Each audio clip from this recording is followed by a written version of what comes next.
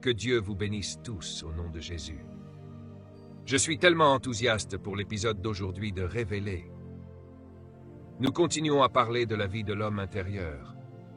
Vous êtes tous les bienvenus au nom de Jésus, peu importe où vous êtes dans le monde. Je crois que Dieu se révélera davantage à vous et que votre vie, tout comme la mienne, ne sera jamais la même pour la gloire de Dieu. Je vous invite à partager cette vidéo autant de fois que possible. Soyez dans la joie, car je suis convaincu que cela vous élèvera à la place où Dieu vous a appelé.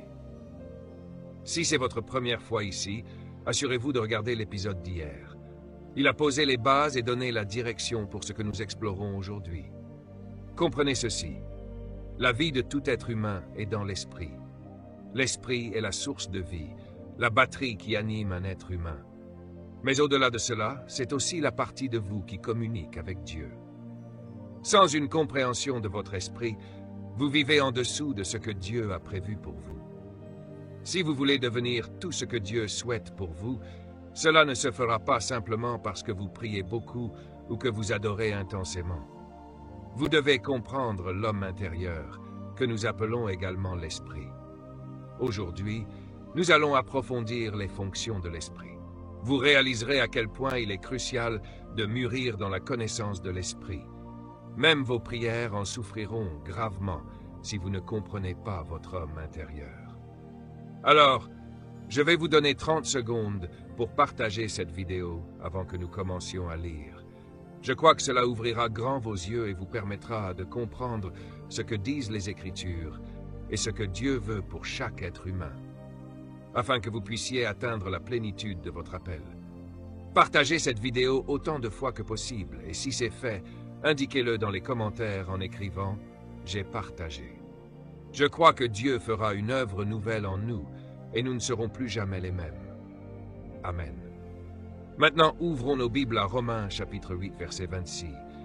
Il est écrit « De même aussi, l'Esprit nous aide dans notre faiblesse, car nous ne savons pas ce qu'il convient de demander dans nos prières.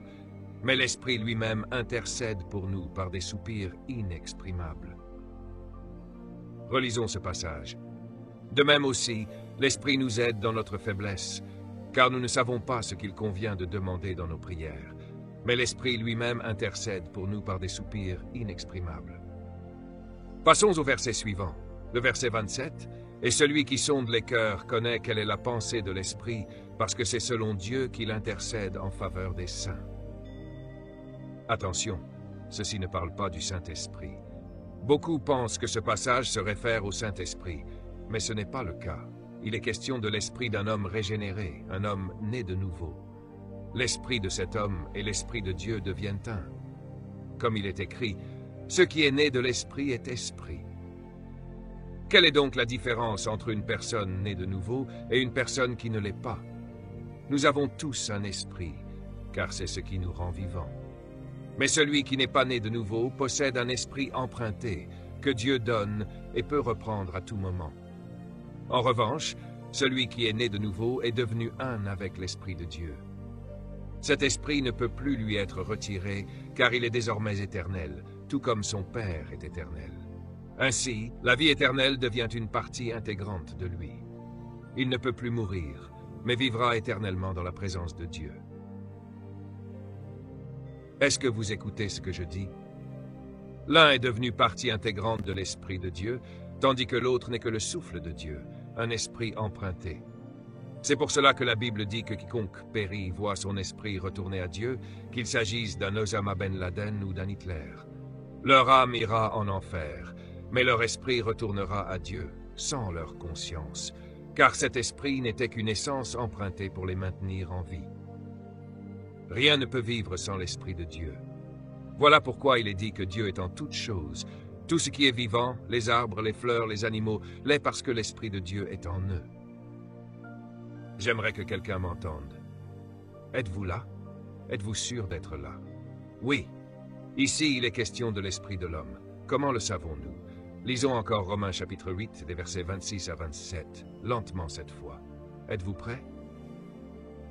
Oui, de même aussi, l'Esprit nous aide dans notre faiblesse, car nous ne savons pas ce qu'il convient de demander dans nos prières. mais l'Esprit lui-même intercède pour nous par des soupirs inexprimables. Quiconque ne comprend pas son esprit, ou dont la vie n'est pas ancrée dans l'esprit, reste dans la faiblesse. Beaucoup de chrétiens sont remplis du Saint-Esprit, mais demeurent faibles. Vous luttez encore contre l'alcool, la drogue, la pornographie, la colère, le manque de pardon ou de mauvaises décisions. Ces luttes persistent parce que votre vie n'est pas enracinée dans votre homme intérieur. Quand votre vie migre vers votre esprit, vos faiblesses commencent à disparaître. Le rôle de votre esprit est d'assister votre chair et votre âme pour que vos faiblesses ne vous dominent pas. C'est pourquoi les apôtres, après avoir reçu l'Esprit de Dieu, sont devenus des hommes complètement transformés. Comparez Pierre dans les Actes des Apôtres et Pierre dans les Évangiles. Ce sont deux personnes différentes.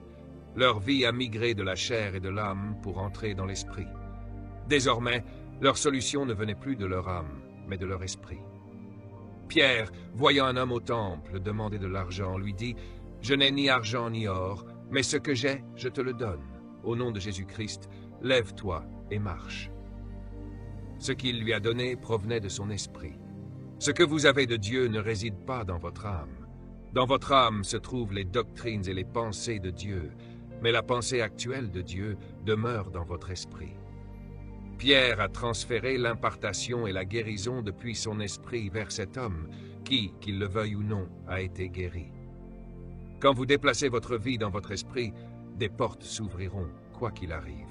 Les limitations disparaîtront parce que votre esprit ne peut être limité ni combattu. Il fait partie de Dieu. Élie a pu commander à la pluie de s'arrêter ou de tomber. Il a dit « Il n'y aura ni pluie ni rosée, sinon à ma parole. » Mais celui qui a donné cet ordre n'était pas son âme, ni son corps, mais son esprit. Je dis cela avec passion et vérité. Ne vous appelez pas prophète si vous ne l'êtes pas.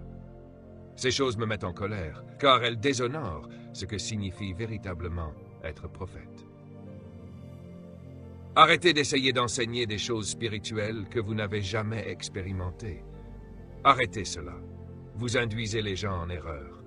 Savez-vous pourquoi l'Église a tant souffert? Oui.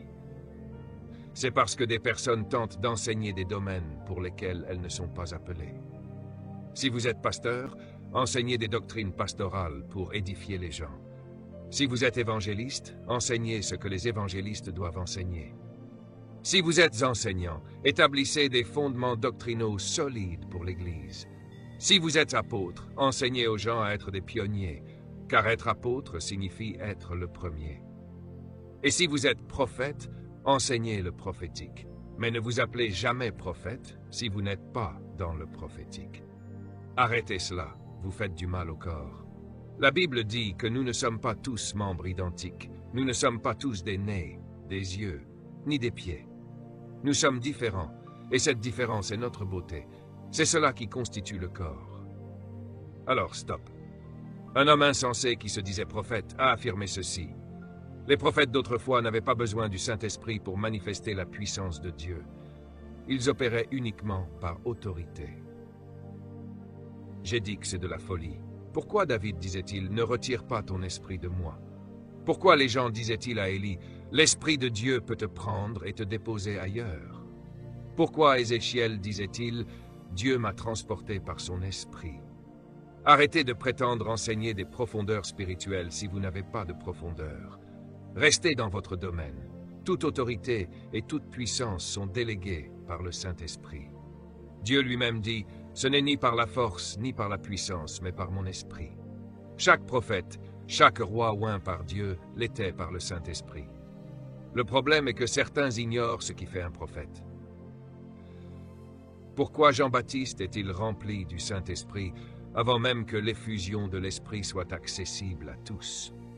Beaucoup ignorent que les évangiles sont encore dans l'Ancien Testament.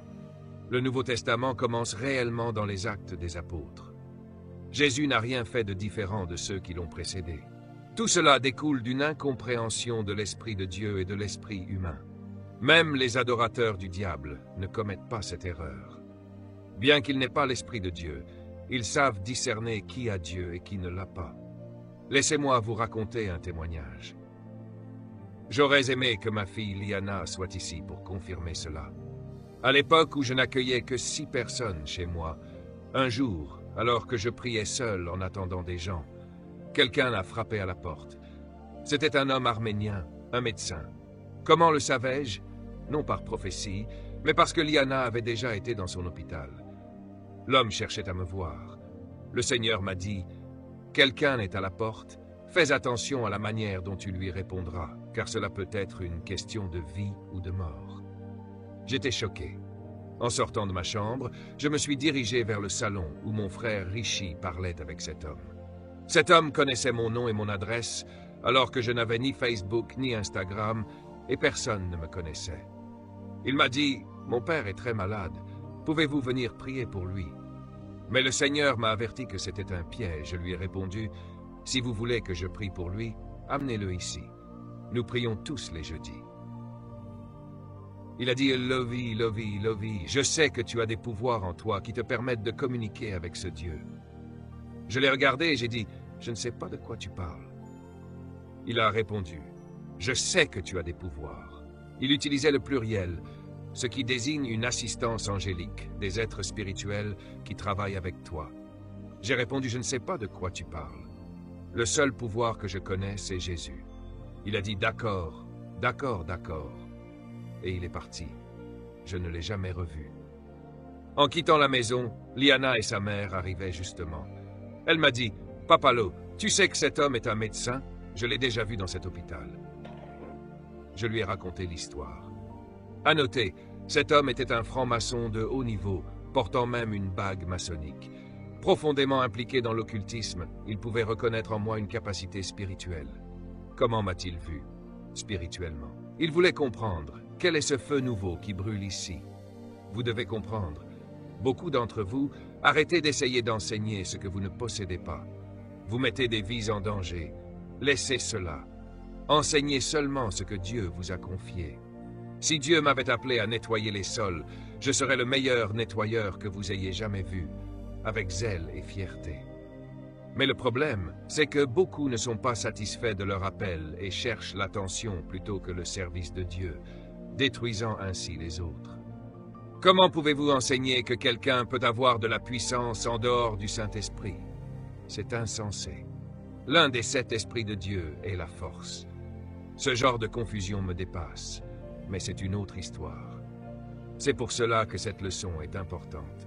Ceux qui manquent de perspicacité spirituelle ne comprennent ni leur esprit, ni les Écritures. Si vous lisez la Bible et êtes confus, ce n'est pas à cause de la Bible ni de la version utilisée. C'est vous. Votre esprit n'a pas encore été activé pour apprendre du Saint-Esprit. Écoutez bien ceci. Le Saint-Esprit vient en aide à nos faiblesses, car nous ne savons pas ce qu'il convient de demander dans nos prières. Romains chapitre 8, verset 26. Votre esprit doit dominer votre âme, sinon les faiblesses continueront à affecter l'Église. Lorsque vous priez avec votre âme, vous priez toujours sur ce qui vous arrive. Je suis fauché, je suis malade, Seigneur, je t'aime, aide-moi. Ces prières sont importantes, mais elles ne trouvent pas de solution. Les solutions se trouvent dans votre esprit. Si vous priez selon votre âme, vous faites du bruit. Mais si vous priez selon votre esprit, vous êtes aligné sur la volonté de Dieu. Paul dit, « Nous ne savons pas comment prier. » Pourquoi? Parce que nos esprits ne sont pas encore à l'œuvre. Mais chaque fois que vous utilisez votre esprit, vous priez exactement ce qu'il faut. Vous êtes en phase avec l'intelligence de Dieu.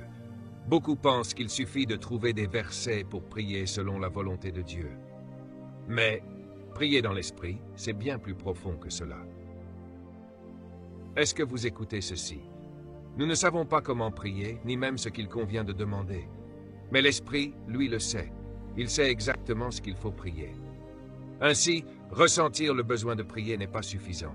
Prendre la Bible et dire « Par ces meurtrissures, nous sommes guéris » n'explique pas comment prier pour cette guérison. Dire « Père, je réclame les meurtrissures » n'est pas prier selon la parole de Dieu. Cette phrase est une vérité doctrinale, pas un point de prière. Cela peut perturber certains d'entre vous. Avez-vous remarqué que si je vous donne un verset et un point de prière, vous vous demandez souvent « Comment est-ce que cela découle de ce verset ?» Parce que cela ne vient pas directement du texte, mais d'une compréhension spirituelle au-delà de la lecture. Peut-on connaître les pensées de Dieu selon l'Écriture? Partiellement. Mais écoutez ce que dit la Bible. Comme les cieux sont élevés au-dessus de la terre, ainsi mes pensées sont élevées au-dessus de vos pensées. Ésaïe chapitre 55, verset 9. Si vous pensez que la Bible contient toutes les pensées de Dieu, vous vous trompez. Si vous suivez la Bible de manière littérale, vous pourriez croire que Dieu change d'avis, mais ce n'est pas le cas. Rappelez-vous l'histoire de Moïse.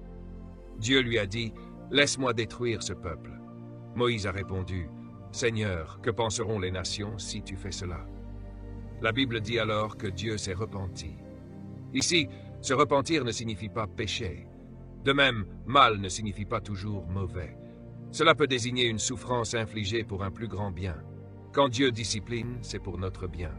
Le Seigneur corrige ceux qu'il aime. Hébreux chapitre 12, verset 6. Si vous refusez la discipline, vous n'êtes pas chrétien. La repentance dans ce contexte signifie changer d'avis. Dieu reste le même, mais son approche peut varier. Dieu adapte ses méthodes pour atteindre son objectif immuable. Par exemple, si je vais à une destination et qu'une route est bloquée, je peux changer d'itinéraire, mais mon intention reste inchangée. Ainsi, si vous pensez que Dieu agit toujours de la même manière, vous vous trompez. Dieu a dit aux enfants d'Israël, « Changez vos voies ». Ils n'ont pas écouté. Alors Dieu a dit, « Je vais élever un homme, Nebuchadnezzar, pour vous corriger. » Nebuchadnezzar n'a pas été établi par Satan, mais par Dieu. Ce roi a servi de leçon à Israël, même s'il ne connaissait pas Dieu. Par cette épreuve, Daniel et les 3 jeunes Hébreux sont devenus les hommes de foi que nous connaissons. Dans Babylone, les magiciens du roi ont reconnu que Shadrach, Meshach, Abed-Nego et Daniel avaient quelque chose d'unique, un esprit en eux, une force que le roi pouvait exploiter. Leur expérience à Babylone a révélé leur vraie nature et leur relation avec Dieu. Est-ce que vous saisissez cela? Alors, si les gens dans le monde peuvent percevoir cela, et que vous, en tant que chrétiens, ne le pouvez pas, cela montre à quel point nous sommes parfois éloignés. Revenons rapidement à l'Écriture. De même, l'Esprit nous aide dans nos faiblesses. Nous ne savons pas toujours ce qu'il convient de demander, mais l'Esprit lui-même intercède pour nous avec des soupirs inexprimables. Notez ceci. L'Esprit intercède pour nous avec des gémissements que les mots ne peuvent exprimer. Vous ne pouvez pas prier en langue jusqu'à ce que votre esprit soit activé. C'est pourquoi il est dit « Ils parlaient en langue selon que leur esprit leur donnait de s'exprimer ». Ce n'est pas écrit que le Saint-Esprit leur donnait les paroles, mais leur propre esprit. Le Saint-Esprit les vivifie, et ils parlent en langue comme leur esprit leur donne de s'exprimer. Ces gémissements de l'esprit expriment ce que le corps ne peut articuler, comme des larmes qui coulent lorsque l'esprit veut prier. « Seigneur, change ma vie ». Est-ce que vous saisissez cela? Poursuivons. Celui qui sonde les cœurs sait ce qu'il y a dans l'esprit, car il intercède pour les saints selon la volonté de Dieu. Qui sonde les cœurs? Selon l'Écriture, c'est Dieu.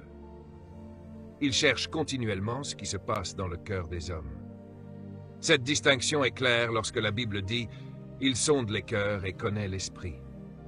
Comment Dieu connaît-il l'esprit? Parce qu'il est uni à lui. Dieu y a placé sa lumière.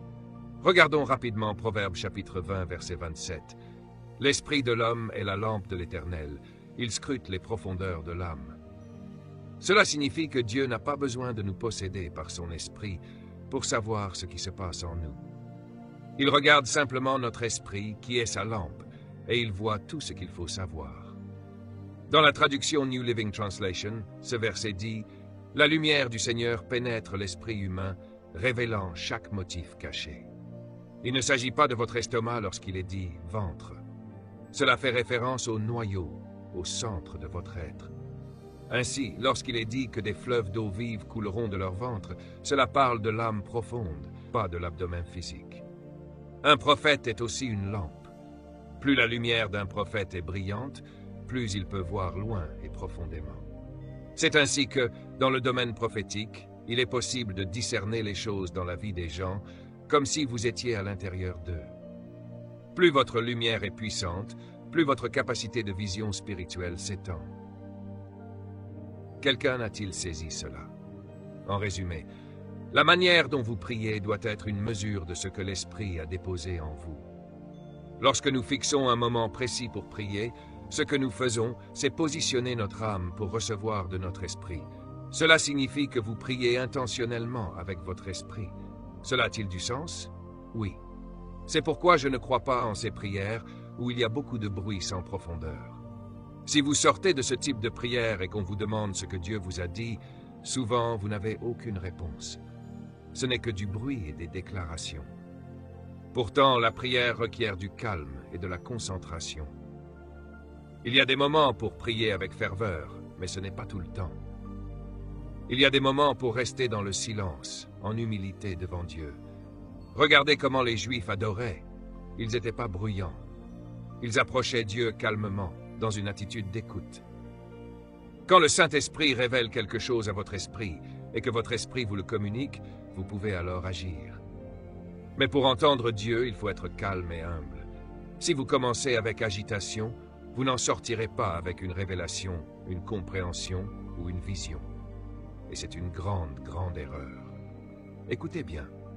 La Bible dit dans Proverbes chapitre 16, verset 32, « Celui qui est lent à la colère vaut mieux qu'un héros, et celui qui maîtrise son esprit vaut mieux que celui qui prend une ville. » Relisez ce verset. Maîtriser son esprit, c'est comme gouverner. Une personne capable de gouverner son esprit est plus puissante qu'un héros ou qu'un conquérant. Cela montre les différents niveaux de maturité spirituelle. Quelqu'un qui peut contrôler ses émotions, c'est bien, mais maîtriser son esprit, c'est encore meilleur.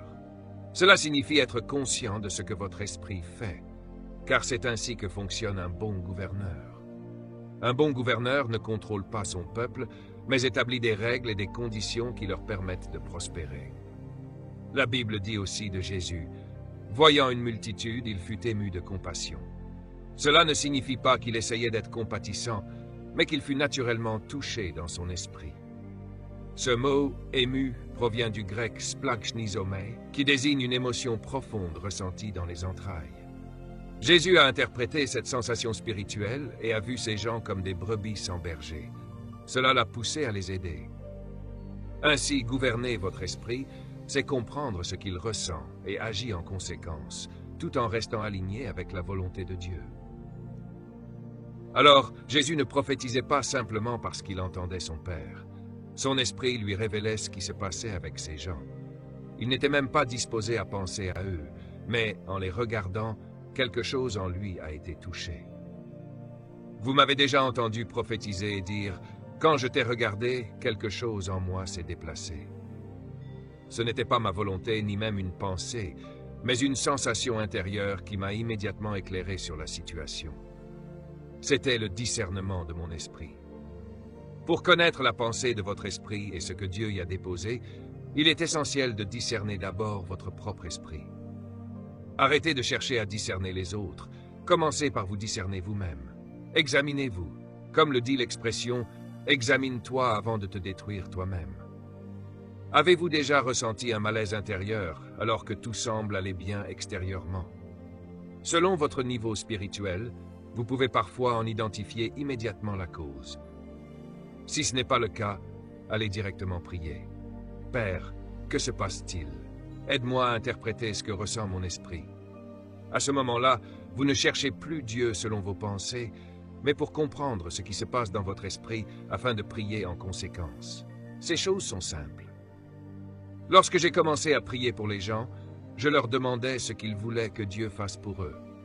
Un jour, le Seigneur m'a dit « Arrête d'écouter ce que les gens disent qu'ils veulent.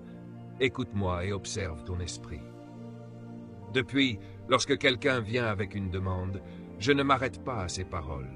Je prie souvent pour quelque chose de complètement différent, et la personne est surprise que ce soit exactement ce dont elle avait besoin. Cela vient de l'écoute de l'esprit, pas des paroles de l'autre. Jésus, en marchant, a vu un cortège funèbre.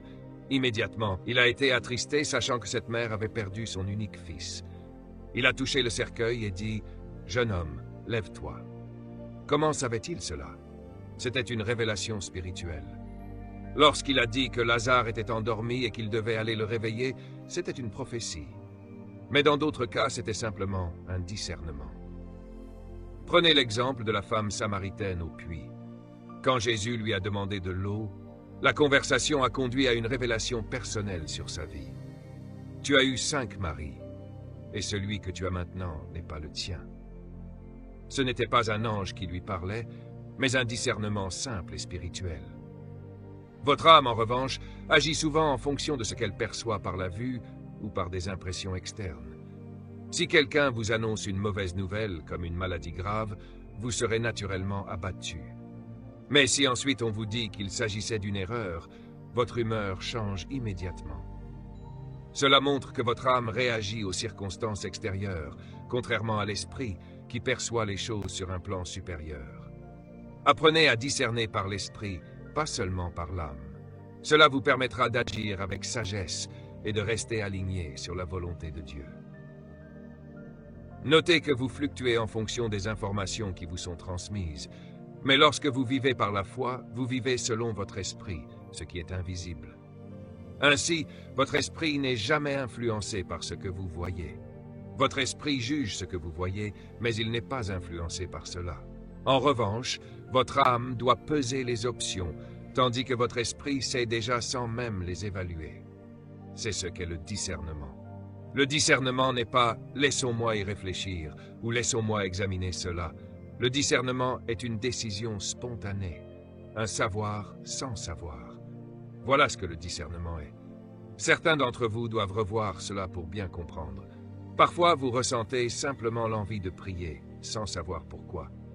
Allez prier, c'est votre esprit qui vous y pousse. Parfois, une forme de louange entre dans votre esprit, non pas parce que vous pensez à une chanson, mais parce que soudainement, vous sentez cette inclination. Allez adorer Dieu. Votre esprit appelle Dieu. Quelque chose se passe à l'intérieur de vous et votre âme ne comprend même pas pourquoi cette chanson vous vient à l'esprit. Ce n'est pas parce que vous écoutez de la musique populaire. Parfois, vous pouvez écouter du Chris Brown ou d'autres artistes et soudainement, vous ressentez dans votre cœur « Ah, Jésus !» Vous sentez que l'environnement ne correspond plus. Allez prier immédiatement. Est-ce que quelqu'un comprend cela? Ce n'est pas compliqué, c'est simple. Le problème, c'est votre coach. Vous ne surveillez pas votre esprit, vous surveillez simplement les esprits des autres. C'est là que réside la difficulté. Parfois, vous êtes en train de faire quelque chose, puis vous pensez soudainement à votre mère. Prenez le téléphone et appelez-la. « Maman, est-ce que ça va ?» Parfois, vous sentez juste qu'il est temps de prier. Allez prier immédiatement. Vous devez être capable de reconnaître que ce n'est pas une pensée de votre âme, car les pensées de votre âme sont progressives. Ce qui vient de l'esprit est soudain, imprévu, et cela va souvent à l'encontre de ce qui se passe habituellement. Je donnais cet exemple récemment. Une jeune femme est venue avec une autre dame pour être priée. Mon esprit m'a dit « Non, vérifie-la ».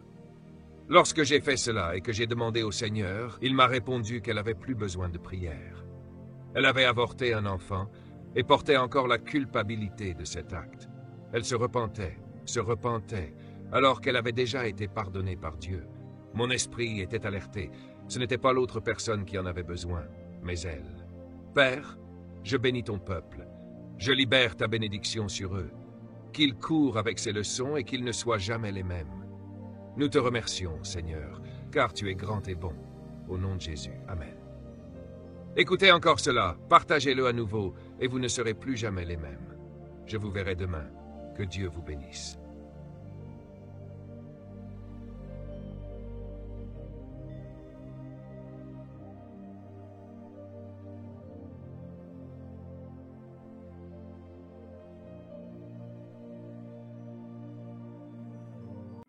Cela coûte cher. Et cela en vaut la peine. Quand je marche à travers la vallée de l'ombre de la mort, je ne crains aucune preuve de la présence du Saint-Esprit dans une vie est la puissance. Votre vie doit être contrôlée par ce qui est bénéfique. Ne pleurons jamais lorsque nous sommes confrontés à des défis. Nous nous tenons debout et regardons le diable droit dans les yeux et disons, quoi que tu fasses, je suis plus que vainqueur.